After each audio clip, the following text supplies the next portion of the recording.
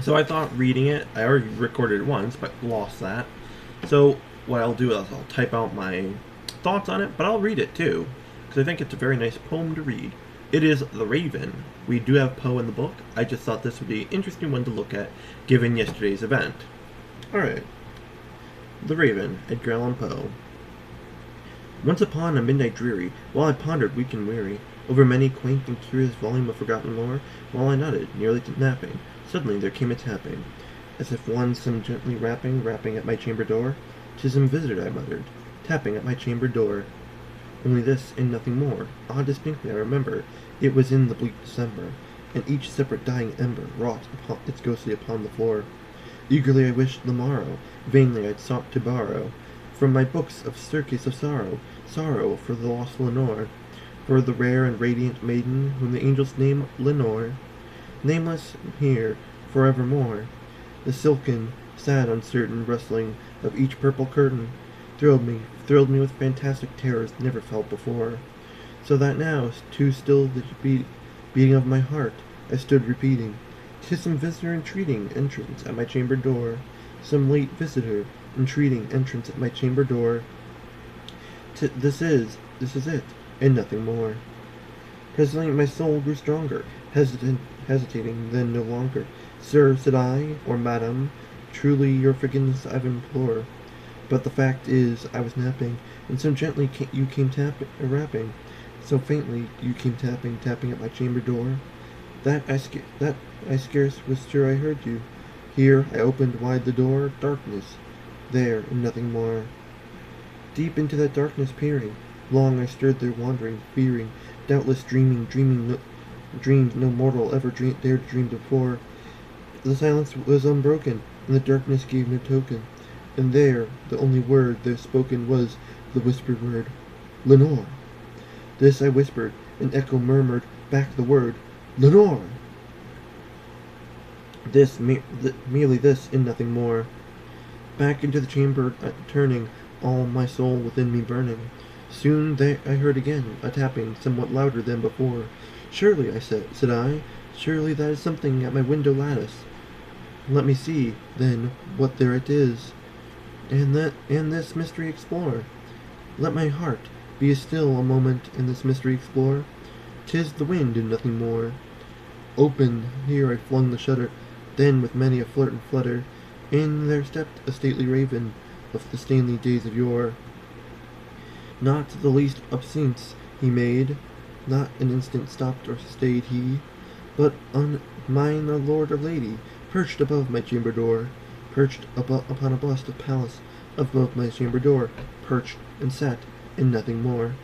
Then this ebony bird beguiling my sad fancy into smiling, by the grave and stern decorum of his countenance it wore, "Though thy crest be shorn and shaven, thou," I said, "art sure no craven, ghastly grim and ancient raven wandering from the nightly shore. Tell me what thy lordly name is on the night's Plutonian shore." Quoth the raven, "Nevermore." Much I marveled this ungainly fowl to hear discourse so plainly, though its answer little meaning the relevancy bore. For we can not help agreeing that no living human being ever yet was blessed with seeing a bird above its chamber door, bird or beast upon the sculptured bust above his chamber door, with such a name as Nevermore. But the raven, sitting lonely on the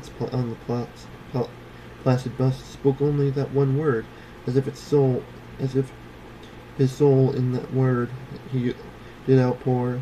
Nothing farther yet than he uttered, not a feather than he fluttered, till I scarcely more than muttered, "Other friends have flown before. On the morrow he will leave me, as my hopes have flown before." Then the bird said, "Nevermore." Stared at the stillness broken by the reply so aptly spoken.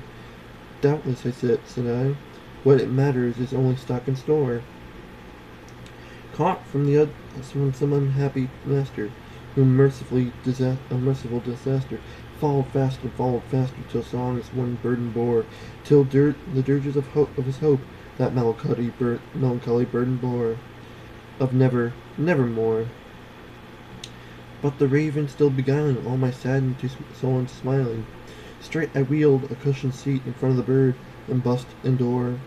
Then upon the velvet sinking, I betook myself to linking fancy unto fancy, thinking what this ominous bird of yore, with what this grim, ungainly, ghastly, gaunted, ominous bird of yore, meant in croaking, nevermore.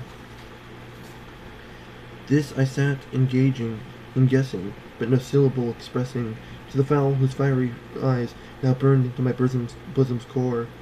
This and more I sat divining, with my head at ease reclining, upon the cushion's velvet lining that lamplight gloated o'er, but whose velvet lining with lamplight gloating allure, she shall pass, nevermore. Then methought the air grew denser, perfumed with some unseen censer, swung by angels whose faint footfalls twinkled on the tufted floor. Wretch, I cried, thy God hath lent thee, by the angels hath sent thee, respite, nepenthe from the memories of Lenore. Quaff this kind nepenthe, and forgotten this lost lore. Quoth the raven, nevermore.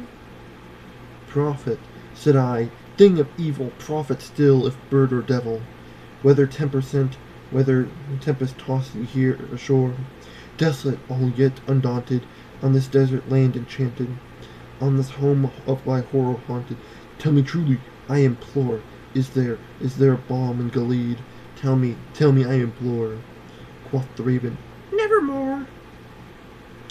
Prophet, said I, thing of evil, prophet still, if bird or devil, by that heaven that bends above us, by that God we both adore, tell this soul with sorrow laden if, within the distant Aden, it shall clasp a sainted maiden whom angels name Lenore, clasp a rare and radiant maiden whom the angels name Lenore. Quoth the raven, nevermore. Be that word or sign of parting, bird or fiend, I shrieked, upstarting, get thee back into the tempest, in the night of Plutonian shore. Leave the black plume as a token of that lie thy soul hath spoken. Leave my loneliness unbroken, quit the bust above my door. Take thy beak out from my heart, and take thy form away from off my door. Quoth the raven, nevermore. And the raven, never flitting, never sitting, still a sitting on the pallid bust palace, my throat, just above my chamber door, and his eyes have all seeming of a demon that is dreaming, in the lamplight o'er him streaming through his shadows on the floor, and my soul from out that shadow that lies floating on the floor shall be lifted nevermore. Yeah, I'm just going to talk about it real quick, just so I don't have to do any Now, interesting, he asks, is there a balm in Gilead? Yeah, I'm doing homework real quick. Sorry. Yeah. So the Raven is, I think, a bunch of stanzas. Mostly in a very repetitive, nevermore, nothing more, evermore, Lenore. That it always. I think it's actually a type of poetry called a ramdal. I believe it's Turkish. Where at the end of each stanza, it has a repeating syllable, usually rhyming, or just a repeated one, like nevermore, nevermore, nevermore, nothing more, nothing more, nothing more, something like that. And I noticed some very interesting things, like that it was in the bleak December. In December, on December 21st, the winter solstice is the darkest day of the year. It's a time when darkness stirs, and that's why I think he chose December, because of that meaning it has to dark spells. Now, why would I say dark spells? Glad you asked, computer that I'm talking to. So, he talks about, pouring himself over a book of forgotten lore. Now, I think and also, do you know what the word curio means? Curio, tome, grimoire. It's all synonyms for a book a book that contains dark secrets. Necromancy, demon summoning. That's what a curio is, or grimoire. Now, I might be getting confused on the terminology, but I'm certain that is what he's talking about. Dark book, forgotten lore. December, a bleak day in December. And you notice he's constantly quoting the name Lenore. That's someone who's supposed to be with the angels. I think his wife or lover, girlfriend, someone he loved but didn't know it, died, and their name was Lenore. And what he is pondering is that he's pondering necromancy. He's so grief-stricken at the death of this Lenore that he's willing to turn to something like necromancy, raising the dead. And that when this raven, who he thinks comes from the Plutonian shore. Now, Pluto is the Roman name of Hades, god of the underworld, and land of the dead. Now, however, I know someone mentioned earlier that ravens are a symbol of Apollo. However, in Norse mythology, ravens are the symbol of Odin. Among other things, he is the god of spellcasting, or magic and stuff like that. And he's pondering using a dark art magic book to possibly raise the dead. I think that's done intentionally, actually. Now, as you kind of figure out, all the Raven says is nevermore, and that drives the guy insane. I think the Raven is also left ambiguous in the way it talks, for the sake of showing that, like, imagine if someone talked to a wall all the time, right? And you just got to view that. They just talked to it, and that's all they did. You'd find that when they're alone and they're just talking to the wall, it kind of draws out certain things. Like if someone's in a yellow padded room and they have no one to talk to, they're deprived of any reaction, sense of time, you notice they start to go crazy. It's happened. That's why solitary confinement is very screwed up. Like, you understand why no reaction, no input, no sensory messes with people.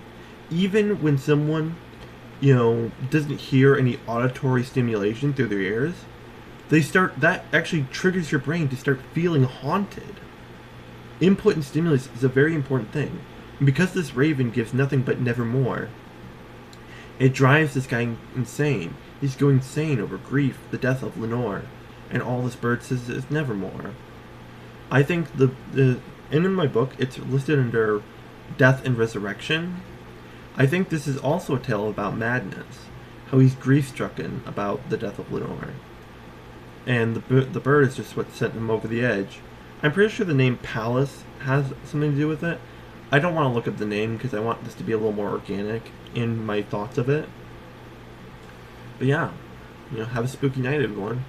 Or, well, spooky-ish, the day's gone.